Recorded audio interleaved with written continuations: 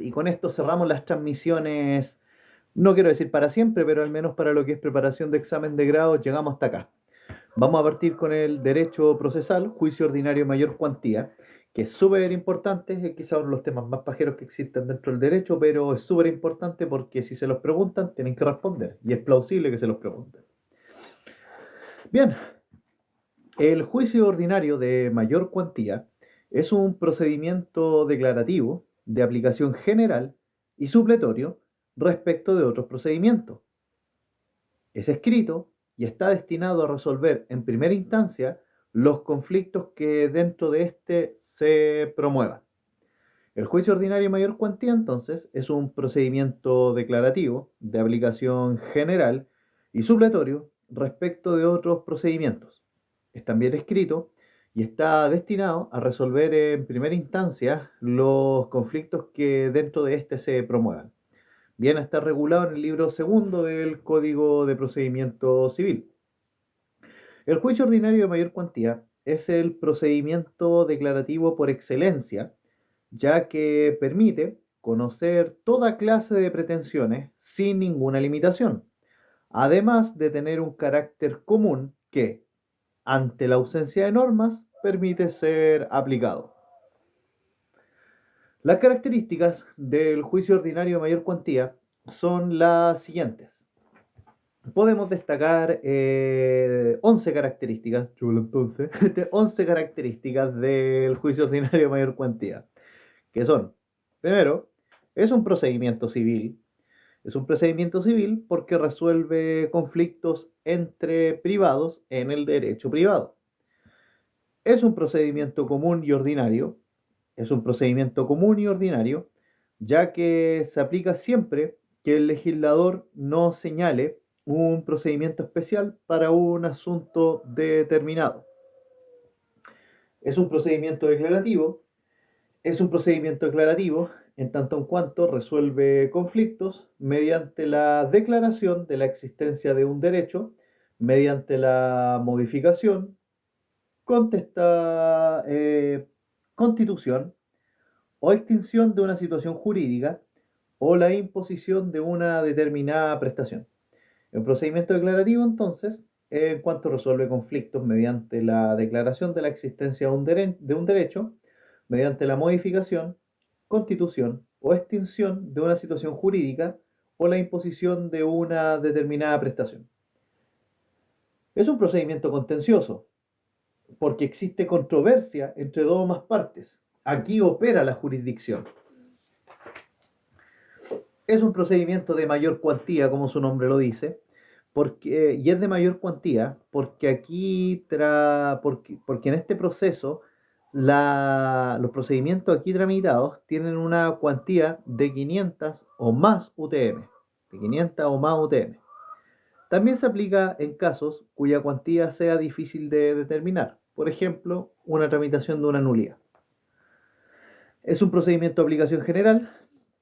Es un procedimiento de aplicación general, ya que aplica en todo caso que no tenga una regulación especial. Es un procedimiento supletorio. Es supletorio porque aplica a todos los procedimientos, salvo que estos tengan normas y reglas propias. Es un procedimiento esencialmente escrito. Es un procedimiento esencialmente escrito.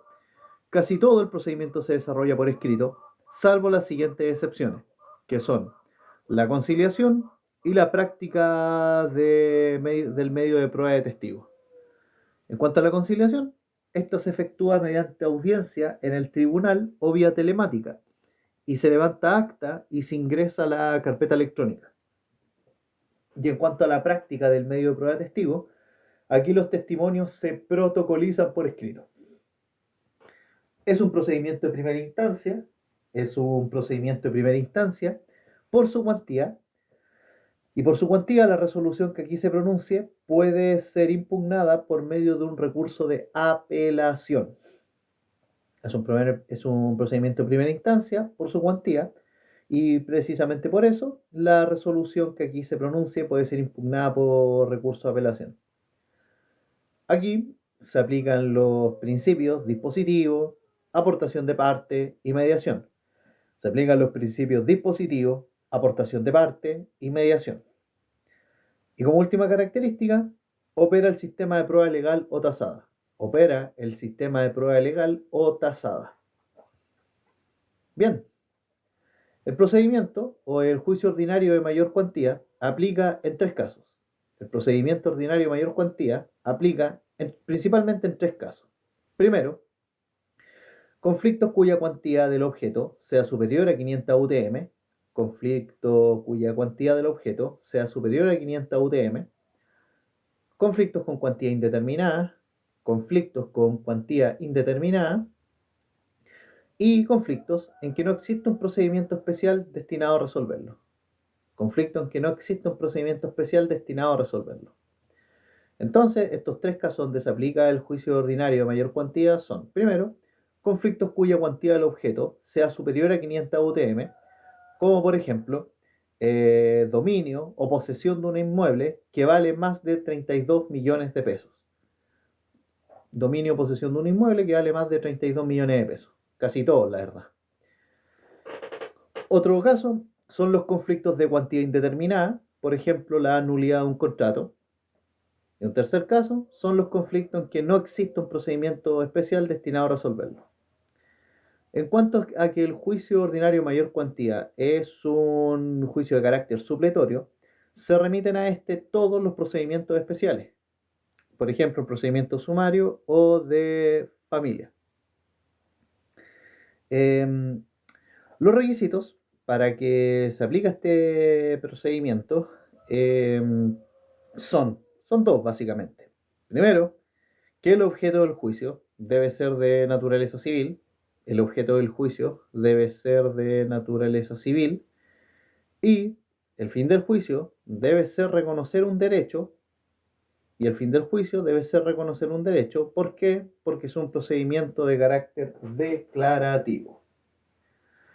La doctrina ordena el proceso del juicio ordinario de mayor cuantía en las siguientes etapas.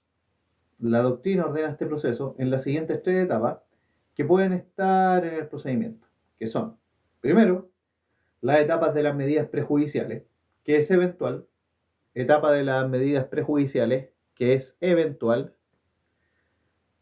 la etapa de discusión, que es obligatoria, etapa de discusión que es obligatoria, la conciliación, que es obligatoria, conciliación que es obligatoria, y 4, la prueba, la etapa de prueba, que es eventual, porque depende de si el juez estima que existen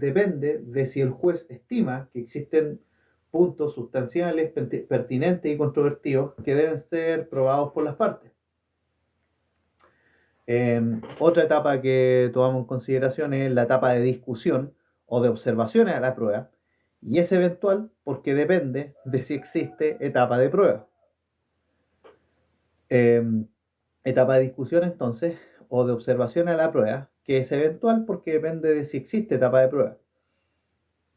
Tenemos la etapa de fallo, que es obligatoria, la etapa de fallo, que es obligatoria, la etapa de impugnación al fallo, la etapa de impugnación al fallo, que es eventual porque depende de si opera o no un recurso de o nulidad, como puede ser la casación de la forma y en el fondo, forma y fondo, o de reforma, como lo puede ser el recurso de apelación.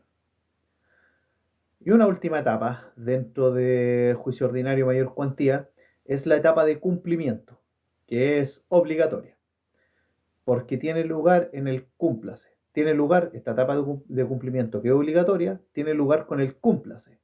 Puede ser eventual porque hay resoluciones que se bastan a sí mismas para exigir su cumplimiento. Y bueno, vamos a precisar en cada una de estas etapas del juicio ordinario de mayor cuantía que la doctrina la ordena primero por etapa de medidas prejudiciales, que es eventual, la etapa de discusión, que es obligatoria, etapa de conciliación, que es obligatoria, la etapa de prueba, que es eventual, ya que depende de si el juez estima que existen puntos sustanciales, pertinentes y controvertidos que deben ser probados por las partes. La etapa de discusión o de observaciones a la prueba, ya que es eventual, porque depende si existe etapa de prueba. La etapa de fallo, que es obligatoria, la etapa de impugnación al fallo, que es eventual, dependiendo si opera un recurso de nulidad, que en materia civil se llama casación en la forma y en el fondo, o si opera un recurso de reforma, como lo es el recurso de apelación. Y por último, tenemos la etapa de cumplimiento, que es obligatoria y que tiene lugar con el cúmplase. Puede ser eventual porque hay resoluciones que se bastan a sí mismas para exigir su cumplimiento.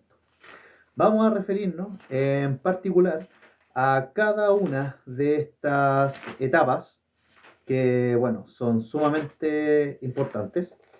Y bueno, partamos entonces por la etapa de discusión. Partamos con la etapa de discusión. Etapa de discusión. Se compone principalmente por 4 trámites judiciales. La etapa de discusión se compone principalmente por 4 trámites judiciales, que son demanda, contestación, réplica y dúplica. Bien, la demanda, el primer trámite de la etapa de discusión es la demanda, que no tiene definición legal, pero entiéndanla ustedes como acto jurídico procesal de parte que inicia un procedimiento judicial en el cual una o varias personas, naturales o jurídicas, plantean sus pretensiones contra los demandados ante los tribunales de justicia, con el objeto que estos resuelvan el conflicto de relevancia jurídica que llega a su conocimiento ejerciendo la jurisdicción. Entonces la demanda es un acto jurídico procesal de parte que inicia un procedimiento judicial en el cual una o varias personas, naturales o jurídicas, plantean sus pretensiones contra los demandados ante los tribunales de justicia, con el objeto de resolver el conflicto de relevancia jurídica que llega a su conocimiento ejerciendo la jurisdicción. Otro trámite en la etapa de discusión es la contestación. La contestación es un acto jurídico procesal de parte también. Es un acto jurídico procesal de parte en que una o varias personas, llamadas demandados, plantean su pretensión ante el tribunal contradiciendo la demanda o allanándose a ella. La contestación es un acto procesal de parte en el que una o varias personas, llamadas demandados, plantean su pretensión ante el Tribunal de Justicia contradiciendo la demanda o allanándose a ella. La réplica, que es otro trámite dentro de la etapa de discusión, la réplica es un acto jurídico procesal de parte también. Es un acto jurídico procesal de parte que tiene por objeto ampliar, adicionar o modificar las acciones que haya formulado el demandante en el escrito de demanda, sin alterar el objeto principal del juicio. La réplica, entonces, es un acto jurídico procesal de parte que tiene por objeto ampliar, adicionar o modificar las acciones que haya formulado el demandante en el escrito de demanda, sin alterar el objeto principal del juicio. Y por último, tenemos la dúplica. Que también es un acto jurídico procesal de parte. La dúplica, entonces, es un acto jurídico procesal de parte que tiene por objeto ampliar, adicionar o modificar las excepciones que haya formulado el demandado en el evento de una contestación, sin alterar la excepción que es objeto principal del juicio. La dúplica, entonces, es un acto jurídico procesal de parte que tiene por objeto ampliar, adicionar o modificar las excepciones que haya formulado el demandado en el evento de una contestación sin alterar la excepción que es objeto principal del juicio. Tanto la réplica como la dúplica se parecen bastante. La diferencia sustancial es que la réplica se refiere al demandante, la dúplica al demandado, y ambas tienen por objeto ampliar, adicionar o modificar, pero en el caso de la réplica, que la hace el demandante, la acción, y en el caso del demandado, en la dúplica, la excepción. Bien, Eventualmente pueden existir más trámites si es que el demandado en la contestación presenta una reconvención. La reconvención coloquialmente se le conoce como contrademanda. No es correcto el término contrademanda, pero es para que se entienda que cuando hablen de reconvención se habla de contrademanda. Eh, si esto pasa, si el demandado presenta una reconvención, la demanda reconvencional exige que sea contestada, exige ser contestada y que también tenga réplica y dúplica y otros trámites que se evacúan en paralelo a la tramitación de la demanda principal. La demanda reconvencional también tiene que contestarse, también tiene que tener réplica y dúplica, y tiene otros trámites que van en paralelo a la tramitación de la demanda principal. Dentro de la etapa de discusión pueden surgir el periodo de las excepciones dilatorias. Este tiene su origen cuando el demandado las opone dentro del término de emplazamiento y antes de presentar su contestación. Además de los trámites de parte ya señalados, esta etapa, la etapa de discusión, se compone de las siguientes actuaciones procesales. Se compone de las siguientes actuaciones procesales, que son: primero, resolución judicial que ordena practicar patrocinio y poder de parte del mandante y mandatario judicial del actor. Resolución judicial que ordena practicar patrocinio y poder de parte del mandante y mandatario judicial del actor. Segundo, resolución que provee la demanda y otorga traslado al demandado. Resolución que provee la demanda y otorga traslado al demandado. Tercero, notificación de la demanda al demandado. Notificación de la demanda al demandado. La practica el ministro de Fe mediante notificación personal. Esta forma de notificación personal, puede cambiar si es que se promovió anteriormente una medida prejudicial, antes de la presentación de la demanda. Hola Seba, ¿qué tal? Bienvenido, bendiciones. Una cuarta etapa, dentro de la etapa de discusión, es la etapa de término de emplazamiento. La etapa de término de emplazamiento. Quinto